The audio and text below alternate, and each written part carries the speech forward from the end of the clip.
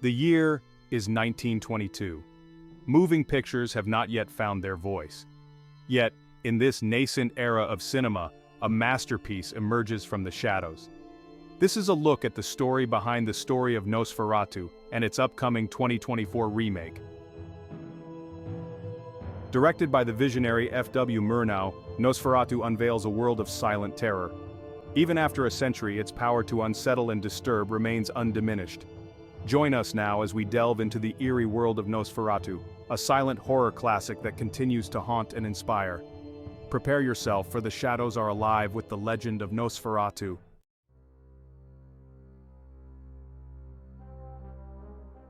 Nosferatu did not emerge from a vacuum. Its genesis lies in the pages of Bram Stoker's Gothic masterpiece, Dracula. Murnau, captivated by the novel's chilling power, envisioned bringing this Gothic tale to life on the silver screen. However, securing the rights to Stoker's work proved impossible. Undeterred, Murnau and his team embarked on a daring gamble. Thus, Count Dracula was reborn as Count Orlok, a grotesque and unsettling figure embodying the purest essence of vampiric horror. This audacious adaptation would have profound consequences, igniting a legal battle that threatened to erase Nosferatu from existence.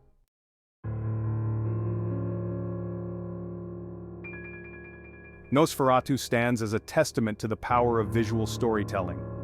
In the hands of Murnau and his cinematographer Fritz Arno Wagner, shadows become characters themselves. Murnau understood that true horror does not lie in what is shown, but in what is left unseen. He utilizes chiaroscuro lighting to dramatic effect, creating stark contrasts between light and shadow. This masterful use of light and shadow creates a palpable sense of dread. The film's visual language is further enriched by its use of German Expressionism.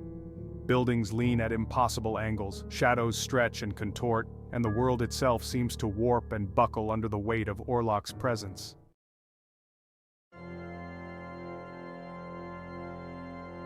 Nosferatu is a masterclass in atmosphere and suggestion. Murnau understood that true horror lies in the unseen, in the anticipation of something terrible about to unfold. He masterfully builds suspense through long takes and slow, deliberate movements. Adding to the film's eerie atmosphere is its iconic score. Composed by Hans Erdmann, the original score is a haunting blend of orchestral and chamber music. Nosferatu is not a film that relies on jump scares or gore, but rather on a slow, creeping dread that seeps into the viewer's bones.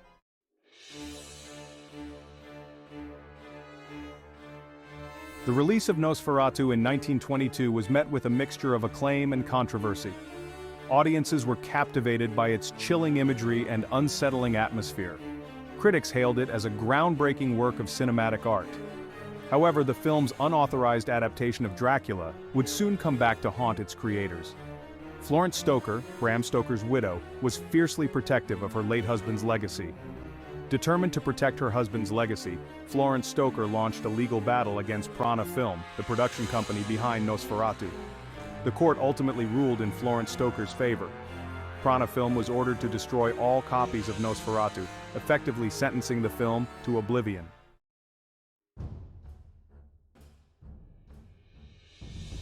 Despite the court-ordered destruction, Nosferatu was destined to live on. Unbeknownst to Florence Stoker and her lawyers, several copies of the film had already made their way out of Germany. These clandestine prints, smuggled out by distributors who recognized the film's artistic merit, would become the seeds of Nosferatu's resurrection. Over the next few decades, Nosferatu slowly began to resurface. With the passage of time, the copyright on Dracula expired, freeing Nosferatu from the legal shackles that had threatened to erase it from existence. Today, Nosferatu is considered one of the most important and influential horror films ever made.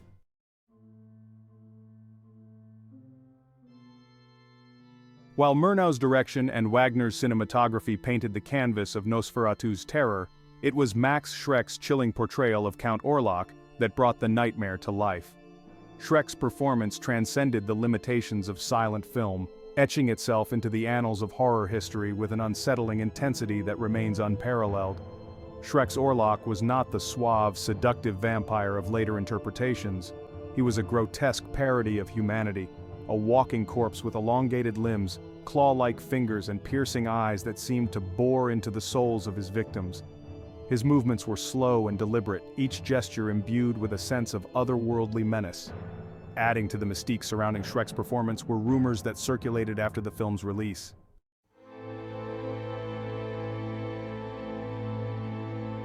Nosferatu is not a film that relies on cheap scares or gratuitous violence. Its terror is far more insidious, burrowing deep into the viewer's subconscious and lingering long after the credits have rolled. The film's psychological depth is evident in its exploration of themes of obsession, desire, and the fragility of the human psyche. Count Orlok is more than just a bloodthirsty monster. He is a symbol of the darkness that resides within us all. Nosferatu also touches upon themes of disease, isolation, and the breakdown of society.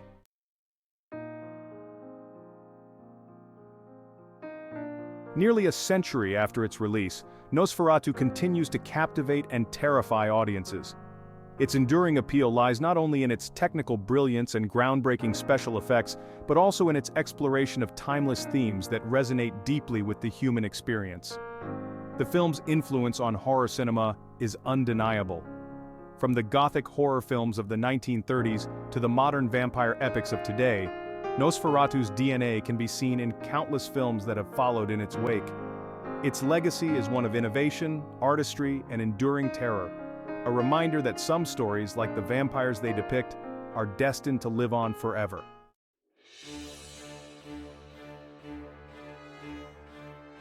The release of Nosferatu in 1922 was met with a mixed bag of reactions. While some critics and audience members were captivated by the film's eerie atmosphere and groundbreaking visual effects, others found it slow, strange, and even repulsive. Some critics praised Murnau's innovative use of shadow and light, recognizing it as a powerful new form of cinematic language. They lauded Max Schreck's performance as Count Orlok, hailing it as a triumph of silent acting. However, Nosferatu also faced its share of detractors. Some found the film's pacing too slow, its narrative too ambiguous. Little did they know that Nosferatu, despite its initial controversy, would soon transcend these early criticisms to become a landmark achievement in horror cinema.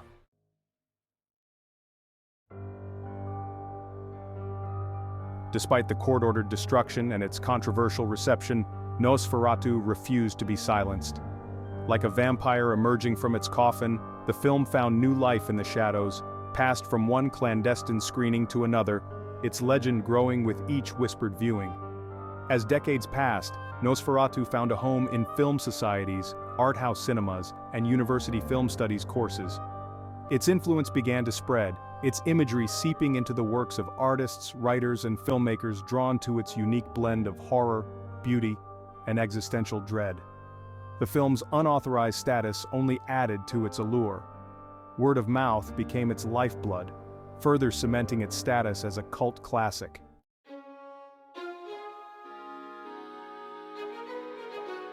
The true resurrection of Nosferatu began in the latter half of the 20th century as copyright laws evolved and the film entered the public domain.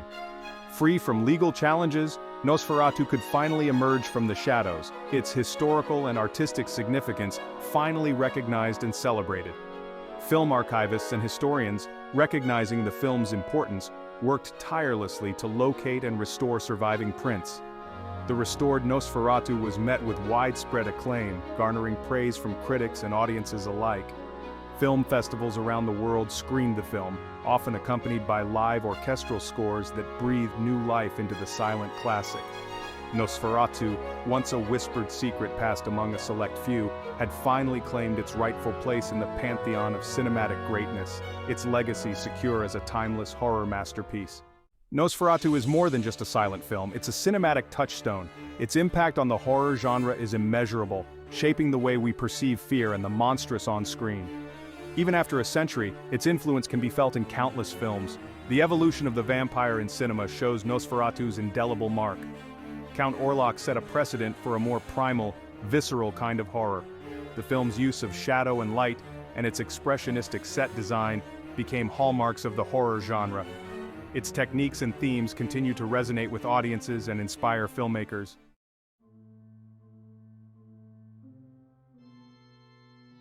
Count Orlok, with his elongated shadow, clawed hands and piercing gaze has become an archetype in horror cinema.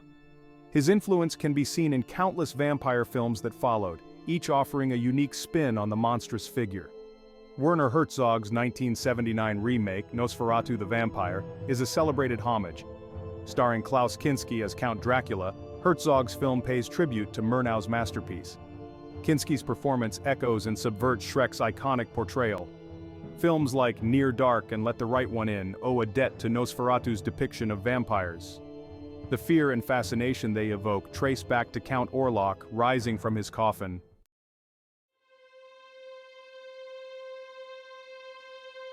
The legacy of Nosferatu extends far beyond horror.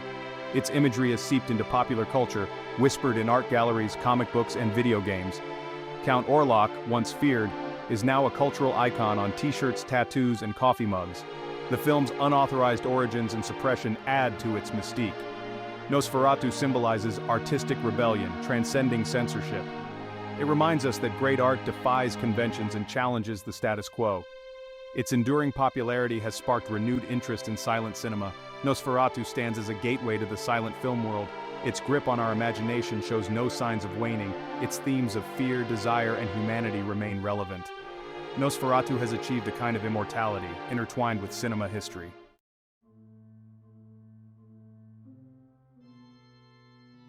A new dawn for an old terror, the 2024 remake. Today, the shadows are stirring once more.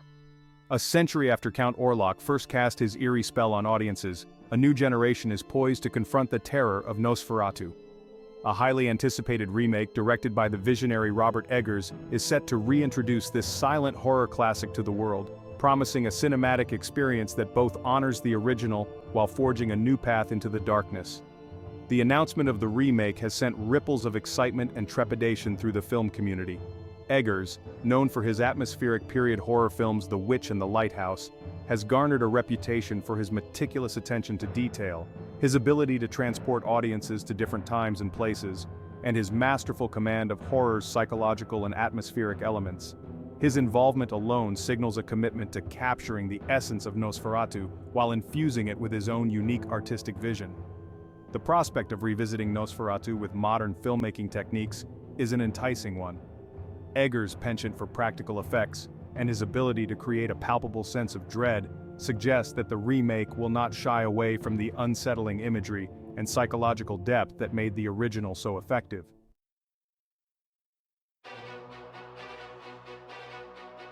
Eggers has been vocal about his deep respect for Murnau's masterpiece, acknowledging the challenge of reimagining such an iconic and influential film.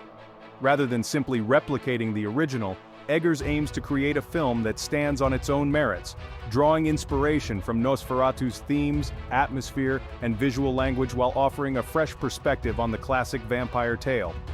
In interviews, Eggers has hinted at a deeper exploration of the vampire myth, delving into themes of isolation, longing, and the seductive nature of darkness.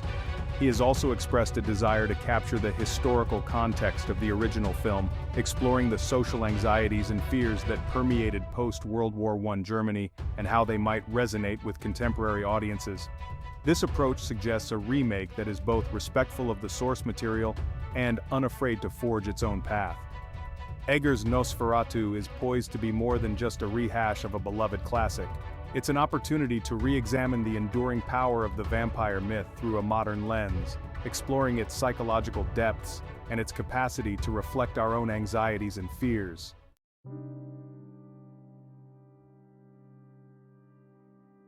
The 2024 Nosferatu remake arrives at a time when vampire stories are more popular than ever.